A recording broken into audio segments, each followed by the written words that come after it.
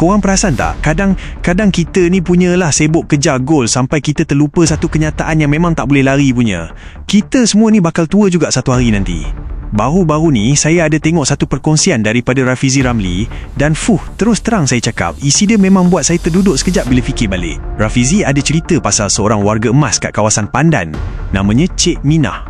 Umur dah 77 tahun, tinggal sorang-sorang kat flat tingkat 4. Oh, bayangkan weh, dulu dia kuat tau, seawal pukul 5 pagi dah bangun masak nasi lemak nak niaga. Tapi sekarang, nak panjat tangga pun dah tercungap-cungap, kaki pun dah tak kuat. Apa yang paling buat saya rasa sayu, Rafizi dedahkan yang walaupun anak-anak ada bantu, tapi anak-anak pun tengah bergelut dengan hidup sendiri. Duit yang dapat tu habis buat bayar sewa dengan bil je, sampaikan nak makan pun memang kena catu habis-habisan.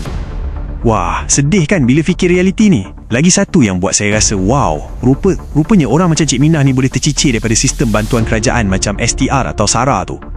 Padahal dia memang sangat memerlukan. Rafizi ada bagi satu fakta yang agak menyeramkan jugalah.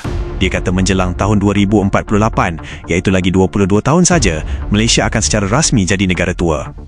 Masa tu, 14% rakyat kita dah umur 65 tahun ke atas.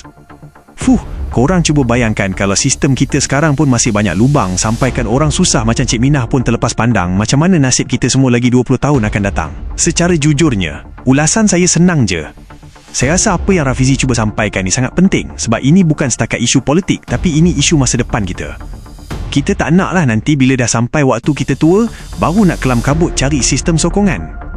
Kita perlukan satu sistem yang betul-betul bersedia dari sekarang supaya tak ada lagi orang yang hidup melarat macam tu. Tapi itu apa yang saya nampak daripada penjelasan Rafizi.